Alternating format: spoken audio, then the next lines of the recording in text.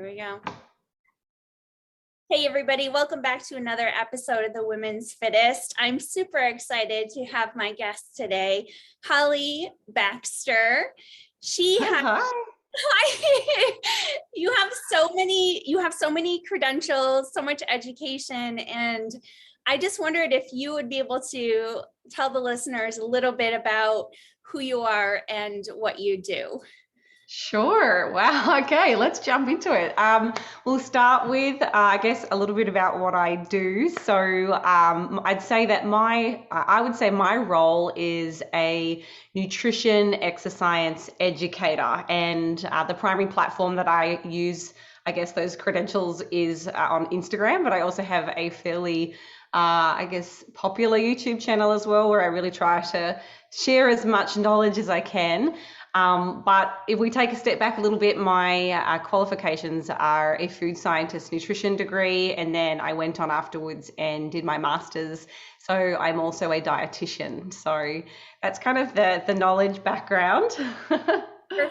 Perfect. And you compete or have competed in the Natural Federation, correct? Yes, so I started out actually with the IFBB in Australia. So even though that's an untested federation, I myself can put my hand up and wholeheartedly say I am a lifetime drug-free natural athlete. So I used to do figure competitions, and then I kind of found that as I had progressed, I guess within that division, that for me to achieve, top positions, it was moving in a direction that I didn't really care for as it relates to the physique and how it looked. Because a lot of those girls are, taking performance enhancing drugs, and that just wasn't what I wanted to do. So that's really what led me into the WBFF, which is where I have spent the last 4 or 5 years now competing. And that is the category that I compete in now is called the fitness division. So it's a step back down from the traditional figure poses. It's a lot more feminine, but it's not as small as the bikini girls. So it honestly fit perfectly because I didn't want to have to, shrink too much. But it gave me a place to kind of portray what I already had. So yeah. I think that's awesome. I believe that you have cornered the market on social media because you have beautiful pictures to reel people in, and then the captions have all this evidence-based information. I think is just fantastic. I love following you on Instagram. So thank you for providing such great content in both of those aspects. It's just wonderful. Oh, thank you. Yeah, I think that's probably one of the distinguishing things that probably makes me a little bit different to the average, fitness person or nutrition person on social media. I really wanted to, see how far I can take my platform with an evidence-based approach and without too much, I guess, too much femininity. I think I really wanted to be able to lead with education.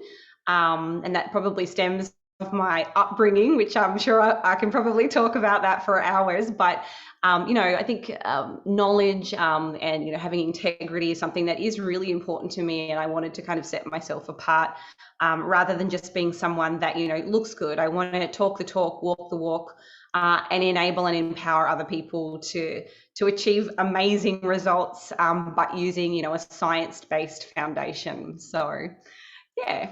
Absolutely. Well, I love that you're living the life and you're constantly doing research and continuously educating yourself to provide updated information. I think that's super important to have women like you out there who are just providing that content that is real and applicable. And I know today we're going to talk a little bit about some of the things that women deal with, confidence. We'll talk about competing and your competing history a little bit, and just what living the lifestyle looks like.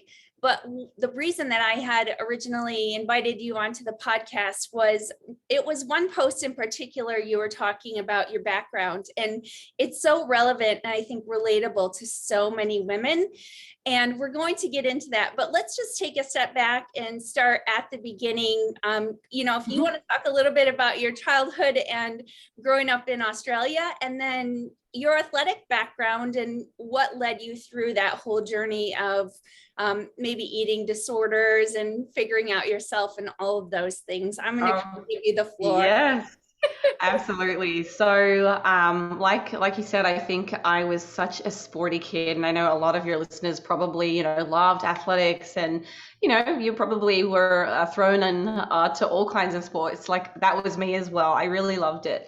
I guess there's also a lot of pressure in the background from your parents. You want to make them proud, so there's that academic pressure as well. So I tried to keep my finger on the pulse of both of those. I think going through schooling.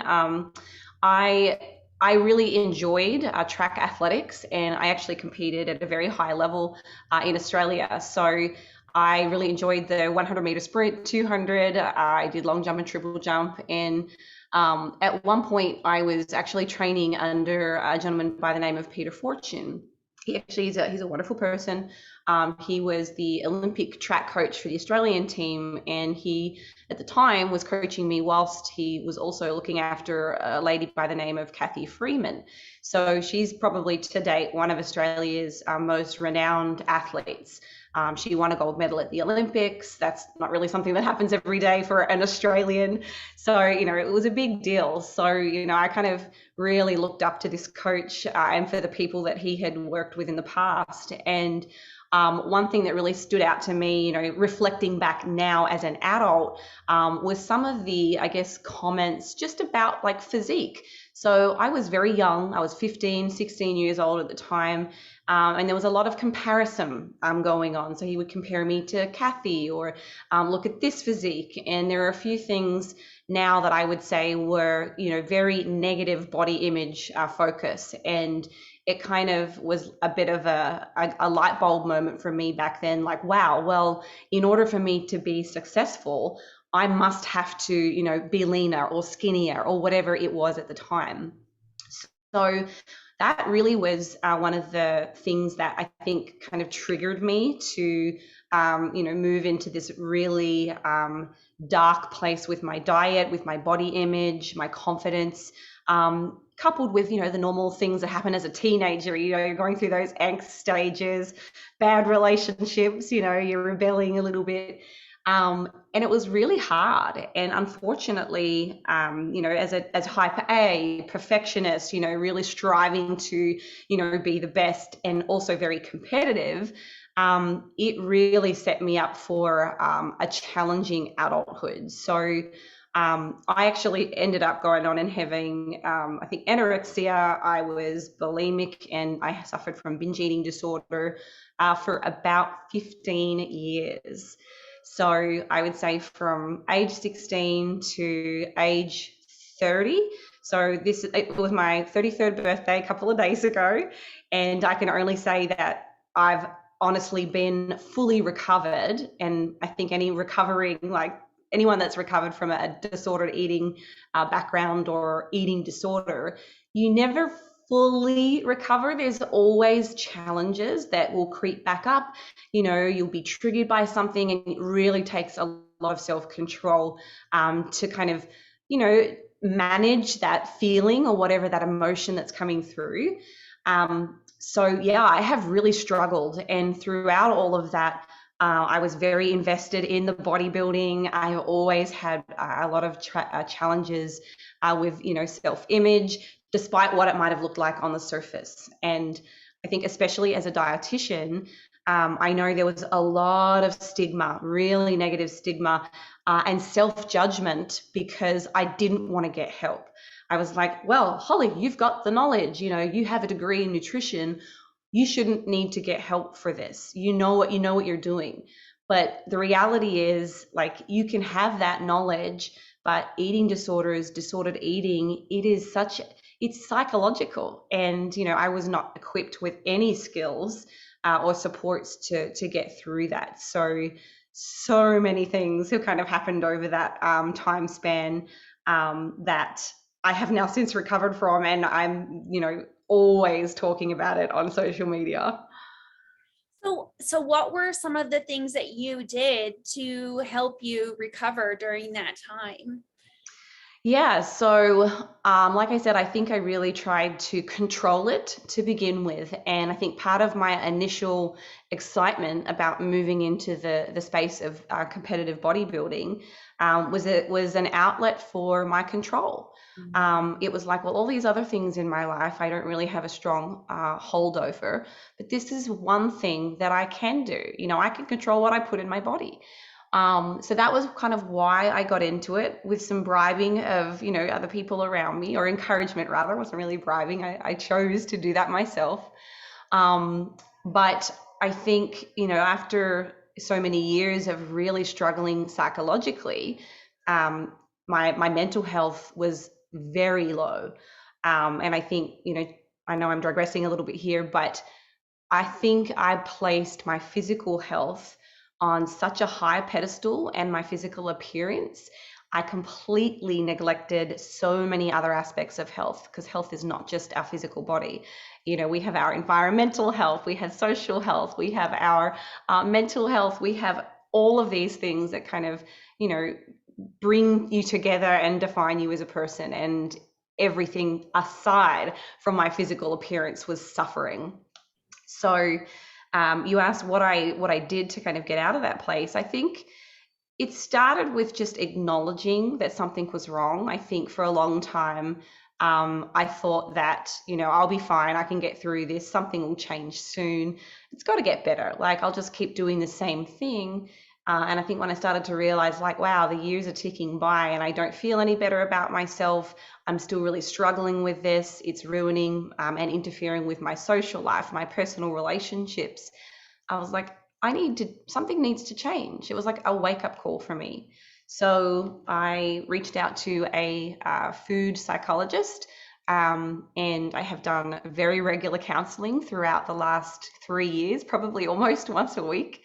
And a lot of that time was really spent just working on, I guess, some of the underlying whys. So, you know, why do I feel I need to be lean all the time? Why do you feel like you need to control your body? Why? And the more questions that I would ask myself, it kind of opened up the door to all of these insecurities, and, you know, things that stem from your childhood. So we did a lot of work on, you know, my self-care, being compassionate for myself, being kind to myself, thinking about myself almost in like a third person. How would you respond to somebody else if they were in your situation? What would you say to them? And then try and really, you know, act on what I would say to someone else, and do it myself. So a lot of self-development, you know, learning to trust myself. Oh, I could just go on. Like, it's been an overwhelming journey, and I'm still continuing to improve. I think that's so wonderful. It gives people a lot of hope that, like you said, you were strong enough to reach out and get help, recognizing there was a problem. And I think a lot of people, like you said, they find a way to cope, or even getting into fitness and bodybuilding or competing, trying to find an outlet for it, thinking that's going to, like you said, control it, but it doesn't Mhm. fix the problem. Do you feel like that time that you spent competing put off this recovery, or do you feel like it was necessary to get you to where you are today? That is such an interesting question. I will say that I don't regret anything that I have done as it relates to my choices around nutrition and my training, because they have all provided me with such valuable insight. I think I'm one of the types of people that perhaps needs to live it and breathe it and learn it, rather than, you know, I think some people are a little bit more preventative. I'm, though it's probably not the best characteristic, I think I had to get to a low point for me to go light bulb moment, okay, and just develop some wisdom almost. So there are things that I wish that I knew back then about, like human metabolism and just how robust our body's self-defense system is. I wish back then that I knew about the process of reverse dieting and recovering your metabolism. And I wish that I knew like lifting should have been the thing that I was doing, not hours of cardio and HIIT workouts. Like there's education that I wish I had have known or done differently. But I think the act of bodybuilding really helped me develop, a better relationship with food and understand what my personal values are when it comes to food. What do I actually like and what do I dislike? Because for the longest time, I think I would just go with what others would tell me that you should be doing. And then I never really thought, well, what do I actually like? And, thinking about this from, sustainability perspective and longevity, like I want to make this a lifestyle. It's not something that I just want to be able to do for, a couple of weeks, look good, and then go back to this place that I'm not happy with anymore. It definitely gave me the skill set to experiment with different, macronutrient compositions of my diet, try foods that I might not normally have tried. And I think learning about flexible dieting has honestly been one of the game changers for me. It's opened up this world of flexibility, food diversity, and that you can, have all things, nothing is off limits. It's just learning about what's an appropriate amount for you. So yes and no to your question. That's fair. I would love to get your opinion on what you think or what you would say to women who are wanting to get into competing with a history of, any of those types of disordered eating, because it seems like, the more I do these interviews, most of the women who get involved in competing have a background of some sort of disordered eating. And I think they go with that goal to channel it, maybe thinking it'll fix it, maybe more control is better. And I think we always say, hey, if you have a history of this, you probably shouldn't get into competing, but most people do. And I'm just curious your opinion about that. Yeah, look, I think that it's wonderful to have a goal. There's nothing better than setting yourself up with a goal and then like accomplishing it. And whether that is, jumping on stage and doing a bodybuilding show, whether it is a financial goal, a business goal, a relationship goal, I think that that is fantastic. But what I think is important as it relates to bodybuilding is not using that to achieve or focus solely on the end outcome.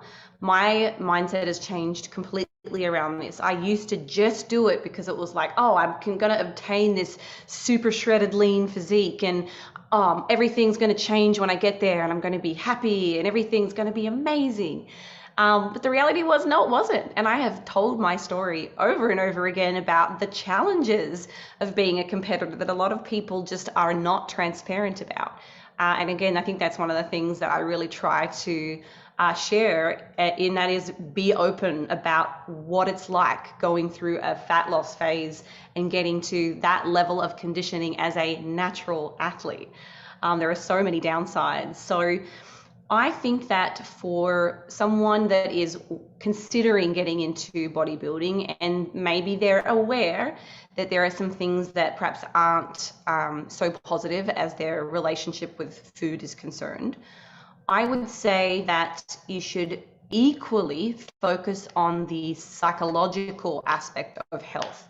Whether that is doing it in tandem, you're going through the process of a bodybuilding show, but you're also working with a therapist to work on your self-confidence and your body image and learning your value and worth isn't tied to a number on the scale, and that the amount of happiness that you can have on a weekend with your girlfriends isn't tied to the bathing suit that you fit into. All of those things are very common in the clientele that I work with. So I think as long as you are putting in just as much work, or in some cases more, on the mental health aspect, I think it can be okay, because I think competing does offer you a really good opportunity to, learn about different foods, especially if you are using an evidence-based approach, you're tracking macros, you're, upskilling, educating about what's in different foods and how you can fit, treats and maybe an alcoholic drink in here and there. Like it's a learning experience, and that's valuable in itself. So I think always looking at the underlying why, and is it healthy? And can we be working on something else that makes you feel happy about yourself? I know for me, for a long time, it was almost like that was my identity. If Holly is lean, if I am lean, I'm credible. That's my identity right there. And I had to take a long, hard think about myself. And I was like, I still have the same knowledge as I do whether I'm this way or this way. So that took me a long time to move away from, and recognize that I have value regardless of what my weight is. So it takes a long time. How much do you think social media contributes to this? Because I see this a lot with competitors too. They almost feel ashamed going into this off season where they're not as lean. And if you are actively competing, the pendulum really can swing very far from one direction to another. Mm-hmm. I feel like social media can put a lot of pressure on women, especially. Do you recognize that, or do you feel that, or is that a struggle for you at all? Absolutely. I think for a good, not so much now. I think as I have worked on my own self-confidence over the last few years, that has changed a lot for me. But, if I went back 5 years, yes, I would be scrolling through Instagram and I would see a post and, someone's competing. I'm in the middle of my, building season. And I would feel so terrible. I just was like, it was like shame and disgust for my body. Like, and that's that's so harsh. Like, your friends aren't going to say that about you. I would never say that about anyone else. So we're so critical of ourselves. So I think one of the strategies that I use, and I would encourage it for anybody if they're struggling with this, is to stop following. Hit that unfollow button and use that time instead to work on your own self-love and self-compassion, self-care. Because it can be a little bit triggering if you aren't actively pursuing, internal change within yourself. Yeah. One of the things that you had said that I felt like was really relevant is if going into competing, I think a lot of women think that the goal is that competition stage body and that they'll be able to keep it, even though we see everyone fall back out of their stage body and that stage weight. And Mm-hmm. I think they're going to be different. Where you had said, wanting to find a physique that I could be healthy and walk around with, it's kind of like that happy medium. I've said this to women before, why would you want to lose 20 pounds and then maybe gain 40 bouncing back from this? So Mm-hmm. can we talk a little bit about what your diet and your lifestyle looks like right now, where you seem to have found that harmony in that piece? Yeah. So I think, like a lot of people, I went into it thinking that was going to be the end goal. Like, cool, I'll do this competition, I'll get really lean, and I'm going to be able to maintain that somehow. So little did I know, I think the first time I ever did a show, I did it all wrong, like way too much cardio. I didn't prioritize my lifting, and I rushed it, did it way too fast, lost a significant amount of lean body mass in that process. And evidently, when you lose lean body mass, now your basal metabolic rate decreases, because that lean tissue is one of the primary drivers of our metabolism. It keeps your calorie requirement high. So, I lost all this muscle and was eating such a little amount and doing so much exercise, not to mention all of the negative symptoms that come along with dieting. And for those of you maybe that haven't done a competition like bodybuilding before, there is a point at which you start to have problems with your sleep, whether that's difficulties falling asleep or you're easy to wake. You start to have issues with your hormones, and that can impact your libido. You can become amenorrheic, and then if you're somebody that is considering, having children, depending on how frequent that is happening, that can negatively impact your fertility, long term. So there's those risks. And then not to mention the mood swings, constant like irritation, frustration, you're always cold, you lose your strength, and not to mention the psychological challenges of like constant calorie restriction and that cognitive restraint. So, I think I was very proud of getting to, world champion status multiple times and then runner up last year. But I have certainly changed my methods over the years so that it's more sustainable. But that's not the body I want. Like it's horrible. At those last few weeks, you might look great and you have a few weeks where you feel invincible and you're like, oh yeah, this is good. But like the reality is, like I want to be happy and it doesn't make me happy. So I think my transition has always been reverse dieting out of those shows fairly conservatively, just to kind of minimize any unnecessary body fat, and getting myself back to a place where the amount of activity that I do is realistic for my lifestyle, and the calories that I consume are realistic for my lifestyle and my food preferences. So for me, that now looks like 4 days of resistance training. That's it. And I aim to get around 10,000 steps if I can. My job is kind of sedentary. I'm always, in front of the computer, reading, typing, writing. So 10,000 is a challenge. I have to do like a planned 50-minute walk just to get that in. But that's it. Like I don't do cardio outside of that. I'll only do cardio as required during a contest prep to kind of increase my energy expenditure. But that fits my lifestyle. I maintain my body weight now comfortably at about 2,000 calories. It's not great, but for how sedentary I am and for what I can do with activity, that's good enough for me. And I think I used to have this idea that it would be, so different. And just looking at the changes in my lifestyle with, multiple businesses, trying to fit in children, manage your relationship, have a good marriage, like all of that stuff, it all takes time. And I think my original expectations for myself were really high. And now I think as I have matured, I've got a little bit older, I've gone through that process. I'm now like, okay, well, I could look like this fitness model who maintains a fairly lean physique year round, but she doesn't have any children. She's got one company that she focuses on, it's just not the same. So I avoid trying to compare myself to anybody else. And I just look at what I can realistically do with my time. So, yeah.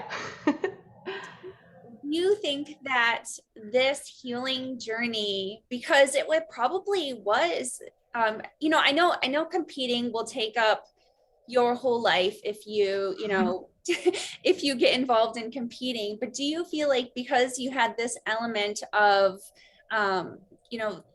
disordered eating as well, that it really was the main focus? And once that healing began, it opened up all these other avenues of your life to be flourishing. Do you know what I mean? Yes, 100%. So I think during the last few years, through that recovery process, I feel like a weight has been lifted off my shoulders. I feel like a free spirit. I know in myself I am such a happier person because I'm not constantly thinking about every single thing that I do as it relates to my body and my physical appearance. So all of the time that I used to waste thinking about, I accidentally ate too many this, or I shouldn't have eaten that, or I missed a 20 minutes of my walking, that I know the amount of time and mental energy that would be invested in that distress and worry. And to have that all gone, it has freed up so much of my time to where I do actually feel so much more productive. I guess in the last couple of years, we've opened like 3 different businesses. We now have an awesome supplement line. We've created an app. We have our workout builder. Like, so much of that time previously was just like food, food, food, and got to look a certain way, got to get my training in. And now I feel such a sense of balance. So, I think that's so amazing. And I honestly I believe that that's what women want, because they think I want this body. They look mhm. at images and they think I want to look like this person. But I think what you just said is what they really want, is that healing, so that you can have that peace and be Mm. focus your energy where you want to focus it. Yeah, and I have done full circle. I mean, I've been that person that had that desire. I've gotten to that place. I've lived it. I've breathed it. I can say, yeah, it was a great accomplishment. I'm happy that I like fulfilled my goals. I hate starting something and not actually following through with it.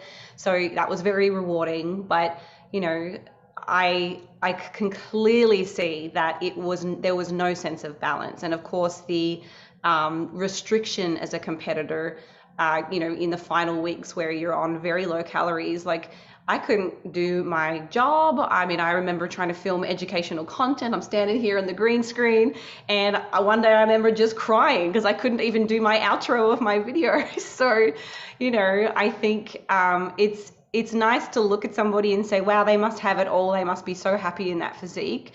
But I can say I have worked with thousands of women, and some of the best physiques that I have ever seen are also some of the most unhappy individuals I have met. And thankfully, we've been able to work through that over time. And it's been an absolute blessing to have that opportunity, because I think a lot of people start working with me with this idea that, oh, I'm going to get Holly's, world championship physique. And of course, we make lots of changes, and you can certainly accomplish a lot. But what I'm so excited about with clients is seeing that psychological progress and transformation. Like, the fact that they're now learning to be patient and not rush, or, if they have a bad weekend, I'll put quote unquote bad, it's not really a bad weekend, but they have, higher calories than they were aiming for. Just for them to come back to me and go, Holly, I just let it go.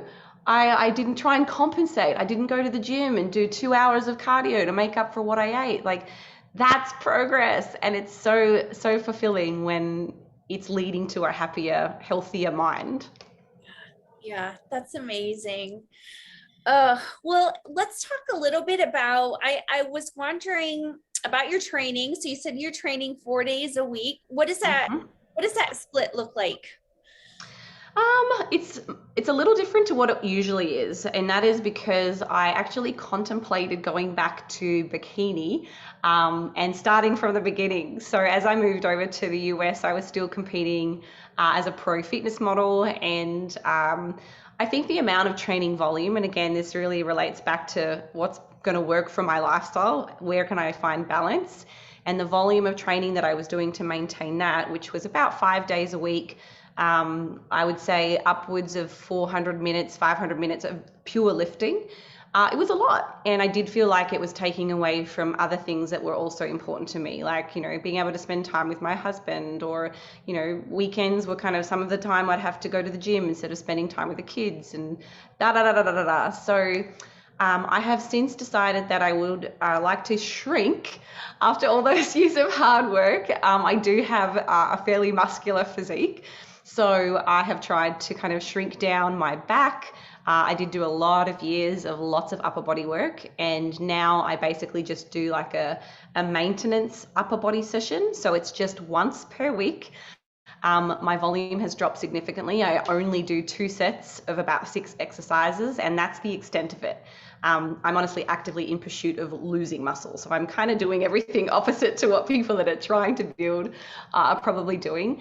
And then for my lower body training, that is 3 days a week. But I do try and spread those out so that I've got like Monday, then I'll have a rest. Tuesday, lower body, then I might do an upper body so that I have some breaks so that my lower body can recover. So yeah, it's a 3-day lower split, 1 day upper. Okay. Oh, that's so interesting. All right. Um, So let's talk a little bit. I had a couple of topics that I wanted to discuss with you, especially your background. So why do you think it is that women can't stick to their diets? I'm honestly going to put the extreme dieting approach as the number one cause for that. I think not just women, all of us humans, we are becoming more and more impatient. I think as technology is improving, everything is like instant gratification, and I think we have the same expectations around our diet approach. So I think part of that struggle for failed diets is because we're picking calorie targets that are simply unrealistic. We're expecting to lose, a significant percentage of our body weight in a far too shorter time frame. And the end result is, you've only got so much restraint, cognitive restraint, before you're going to break. Like, you might be able to maintain it for a couple of weeks. And unfortunately, with the changes in our hormones, especially some of our appetite regulating hormones like leptin and ghrelin, it's basically priming us to binge at the end. And the I guess technical term is called hyperphagia, and it happens a lot for competitors, especially as they are getting really lean. It is essentially the desire to eat exceeds someone's physiological requirements. So they end up overcompensating due to that extreme restriction. So I think that's why we see a lot of people kind of rebounding and gaining more weight than they potentially even started out before the diet. So I guess one of the ways to kind of counter that is first off being a little bit more patient and realistic with the, weekly calorie requirements. So not picking something that is going to put you in, a 700 or 800 calorie deficit. Like, that's just crazy. So unless you've got a really robust metabolism when you start, to try and execute something like that, you're setting yourself up for failure. So having patience, giving yourself more time, being more flexible, compassionate for yourself if you have a whoopsie moment, and just get back on the horse and keep going. Would you like to talk a little bit about your Carbon Diet app? How is it different from some of the other dieting apps that are out there, and how is that going to help someone who's trying to approach dieting with both a flexible diet approach and not to create too much of a deficit, let's say, that they're going to not be able to stick to what they're intending to do? Sure. So Carbon Diet Coach is our nutrition coaching app. So unlike something like Macro Factor or what's the other one? MyFitnessPal, for instance, they are tracking apps. So MyFitnessPal is obviously the biggest one that most people probably use, or Macros Plus, I think it's called. And that just gives you the ability to scan your food or track your food. Our app, actually, its primary function is to coach you. So the same way that you might check in with a coach if you did one-on-one personal coaching, each week the coach basically goes back and assesses your dietary intakes. It will assess all of your weight entries, and then it will make an adjustment to your calorie targets depending on how you, progressed that week. So just to give you an example, if you wanted to lose a kilogram per week, let's say it's a 100-kilogram guy, so it's a very small percentage of their body weight. If he was able to do that in the 7 days, or he exceeded that, then the coach may not need to make any adjustments at all. So it really reacts to the individual. It has a rather complex algorithm. It was written by myself, my husband, Dr. Lane Norton, and Keith Crocker. So it's a very reactive app. So one of the great things about that, and how it would relate to perhaps some people in your audience listening that are wanting to diet, is we don't have really wide parameters where you can choose anything extreme. Again, we are an evidence-based company, so we've kind of looked at the literature and what makes sense for, okay, if somebody's going to diet, how far can we push them without there becoming a really high risk for increasing their lean body mass loss? So we don't want people to be losing a greater percentage of muscle mass than fat mass, We want to focus on people just losing as much fat as possible. So the percentage ranges that we choose, and there's a lovely little sliding scale on the app that you can choose from when you sign up, because you get to choose what rate of loss you'd like to work to lose each week. There's nothing extreme. So, the most that you could choose is like 1.5% of your body weight per week. And that's kind of the recommendation, that if you want to have a successful fat loss phase, aiming for anywhere in the realm of, say, 0.4 up to 1.5% of your body weight per week is safe and effective. And you're not really putting yourself in harm's way as it relates to, slowing down your metabolism or losing muscle. It also has a couple of different settings. So there is a reverse dieting setting as well. So I know there's a lot of people out there that probably have very, low maintenance calories. So perhaps they've yo-yo dieted for years and they've restricted calories on and off. The trouble with that is that over time, our metabolism starts to adapt and becomes more efficient on those lower calories. So unfortunately, we can get to a point where we see a lot of people doing a lot of activity and they're also not eating very much either, and they're not making progress, they're plateauing.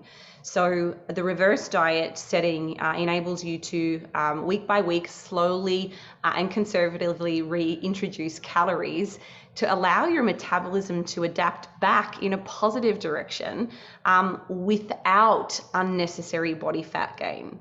So that's a super cool setting. And again, there's so much flexibility with diet types. We have different, options like the ketogenic diet for people that are interested in that.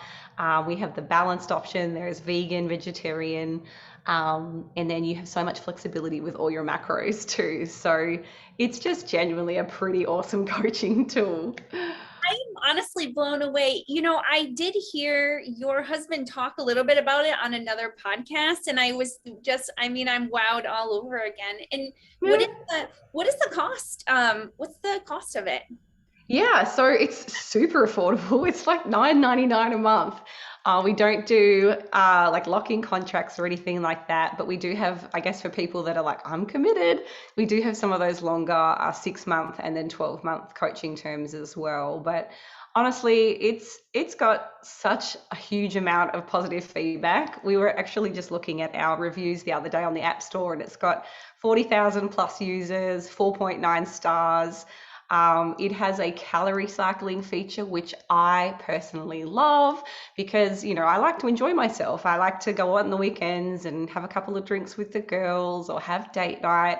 So there's a calorie cycling planner where you can go and implement like, okay, what calories would I like to have on the weekend? Okay, you pick a number and then the coach will automatically make an adjustment to the remaining days so that you can still come out and have a compliant week during fat loss or any goal. So it does it all. Incredible. That's incredible. So how long had you guys been working on this before it was finally put out there? It took us, so during the time that we were writing the algorithm and putting it all together, we were simultaneously still coaching clients. We were writing books. I think during that time, we also launched 2 educational books. So we didn't work at it solely. So it was actually a 2-year project.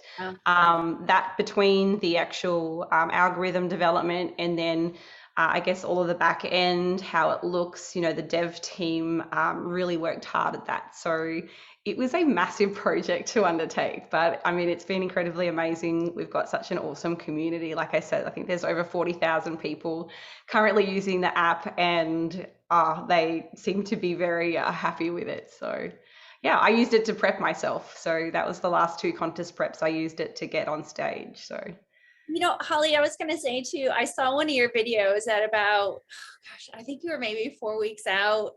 And and I got these at the grocery store, and there's a cookie and a brownie, and you were like working those into, it was like what you ate in a day, but it also, yeah. Yeah. I definitely am a food snob. I think the only thing I like more than talking about food is eating food. So I definitely am not somebody that likes to skimp out on my food. So yeah, I really try to incorporate a lot of different foods, have a couple of different cookbooks that help people that are going through a fat loss phase to have like tasty food, number one. No one wants to eat like, but also simplicity. There's so many cooks that I have kind of started following, and then I'll go and have a look at their recipe guides, and there's like 14 ingredients. I'm like, no, I don't have time for 14 ingredients. I need 5. I got kids to feed. So yeah, I've really worked on getting tasty foods, sweets, desserts, cakes, slices for those that are dieting, because I know it's nice to be able to have those little treats here and there. So these are ebooks that you have written as well? Yeah, yep, they are. Yep, one's called the Complete Contest Prep Recipe Guide, and then the other one is called If It Fits Your Macros. So do you, this, I mean, I want to get this app. I think that I want to give it a try and look into this. This looks really amazing. Do you feel like this is something that, like, most people would say, oh, well, you're trying to have a business as a coach. Why would you create something that is a quote unquote coach substitute? Well, it's funny that you asked that. A lot of people have said that. I personally still love one-on-one coaching. I actually did give it up for 2 years over the last couple of years, just as I've been expanding our businesses and growing a coaching team. But I just felt like there was something missing. So I know I will always coach, and I know that there's always going to be a role for in-person coaches because of that intimacy, because of that accountability, that extra connection. But there are also thousands, millions of people out there that like to DIY. They want to do it themselves. They don't need necessarily that level of intimacy or accountability. And they also can't afford coaches. Like, some coaching costs a lot of money. So we wanted to be able to have something that replicated what we do one-on-one, but would be accessible on a global level and, affordable. So yes, it's a conflict of interest with myself, but it helps so many people. So it was just a no-brainer. With the app, is it does it have like the same, like, scanning food, the same food bank, as well as, like, is everything available, that type of thing? Yes. So at the moment, the coach is available globally. So you can use it to actually coach you wherever you are if you have access to a phone, and it's available on iOS and Android. We have currently 4 food databases. So we have USA, Canada, Australia, and the UK. So if you are located in any of those regions, then you will be able to scan any food from the supermarket and it will pop up. One of the things that we were really pretty firm on was making sure that we don't enable crowdsourced data. One of the things I used to struggle with when I used MyFitnessPal all those years ago was that you'd have to scroll a list of like 50 things before you could find the one that actually was accurate, because they could input random people's foods. Like, you'd look up lasagna and it would say like 5 grams of carbs and 10 protein. I'm like, that ain't right. So we use a group called Fat Secret to source all of our nutrition information. And like I said, it's available in those 4 countries. So yeah, it's like MyFitnessPal, but better because it's got the coach. I love that. I feel like some of that user error and stuff is very common with MyFitnessPal. Even like, yeah, just trying to, you're like, oh, my meat is cooked, or you know what I mean? Like, so I think that's really important to have that correct information so that people are actually correctly tracking. Yeah, and that's another thing that I think a lot of people didn't know. I hope this is new information for your audience and listeners now, but for foods that contain a lot of dietary fiber, or foods that are like typical diet products that contain some kind of sweeteners or sugar alcohols, certainly here in the US, they're not specified on the label as having any calorie value. So the trouble is, if you are dieting, let's say you're picking some more of those like fat-free options, like me, I go to the ice cream aisle, I'm like, all right, give me the fat-free or the sugar-free option. But surely there's lots of sugar alcohols or like added fiber. So you get to the end of the day and it still looks like, if you're just looking at calories, you've got, 300 or 400 calories left. But in actual fact, you've already exceeded your target. So you can actually be eating a whole lot more than you think. So we actually incorporated a feature in our app, which is called macro calories. And what that does is it displays the actual calories, not the label calories. So what it will do is it will take the protein amount, the carbohydrate, and the fat, apply the appropriate calorie value for each of those, and then it will show that total. So we basically are saying we're tracking fiber and sugar alcohols the same way we would track a carbohydrate, rather than pretending like there's no calories in them, because that's also not true. So I remember, yeah. I think because a lot of the protein bars will have that. And I remember specifically someone was saying like, oh, well, this protein bar only has 110 calories. And I was like, the carbs and the fats and the protein added up don't add up to 110 calories. So some of the labels will even, yeah, it's a tricky thing to navigate as well, even as a food manufacturer. I mean, our company, we're definitely looking into branching out and expanding our product range, not just supplements, but into, diet foods, fun foods, the stuff that I like eating when I'm prepping. But the challenge is like, depending on what dietary fiber has been added to that food, whether it's insoluble or soluble, or depending on what type of sugar alcohol, the sweeteners, what type has been used, they all have slightly different calorie values.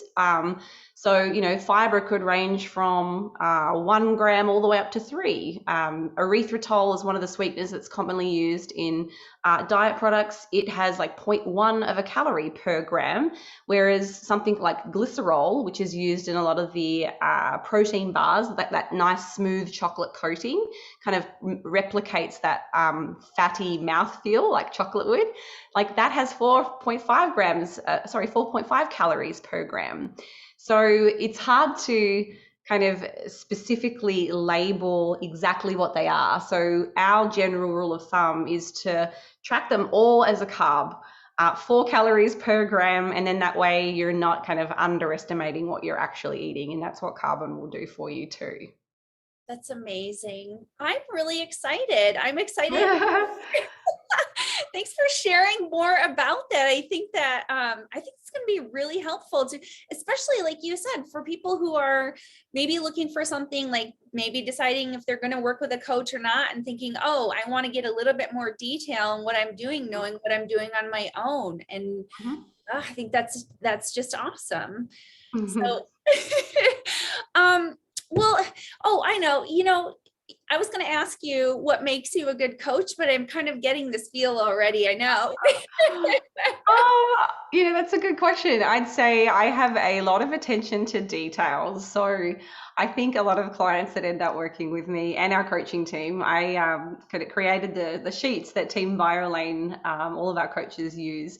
And there is so much data collection, but I think at first glance, it may seem like, oh my gosh, this is overkill, or it's very overwhelming. But my gosh, like the level of education that our clients get, it's not just, do what I say, see you later. It's that learning process and understanding all of the inputs that, alter your weight from one day to the next. Like we're tracking all of these things. And I think it really helps people develop a more thorough understanding of, why their weight fluctuates and da da da da da. So I think attention to detail, and then of course, the educational background to go with it.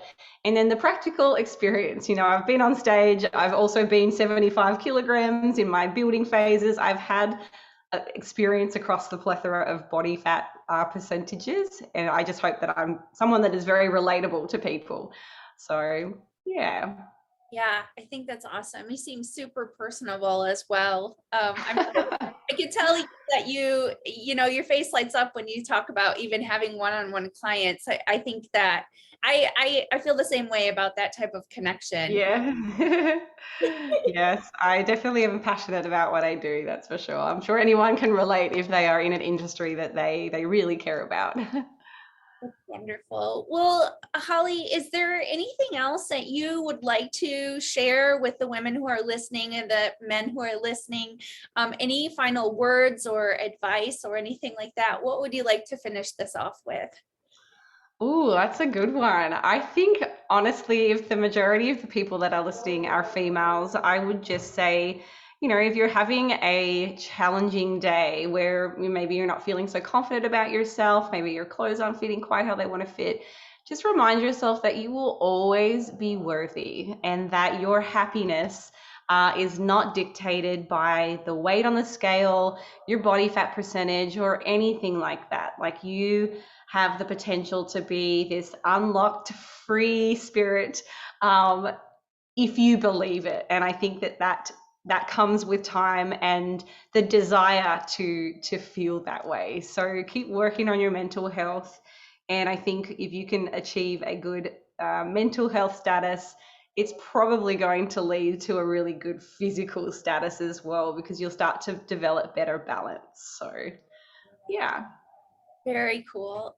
Holly, where can people find you if they want to connect with you or follow you on social media?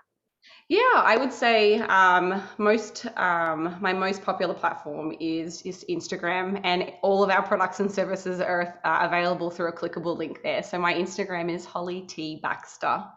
Okay, perfect. Thank you so Awesome. much for your time Thank today. you. No, I truly appreciate it. It's been so much fun.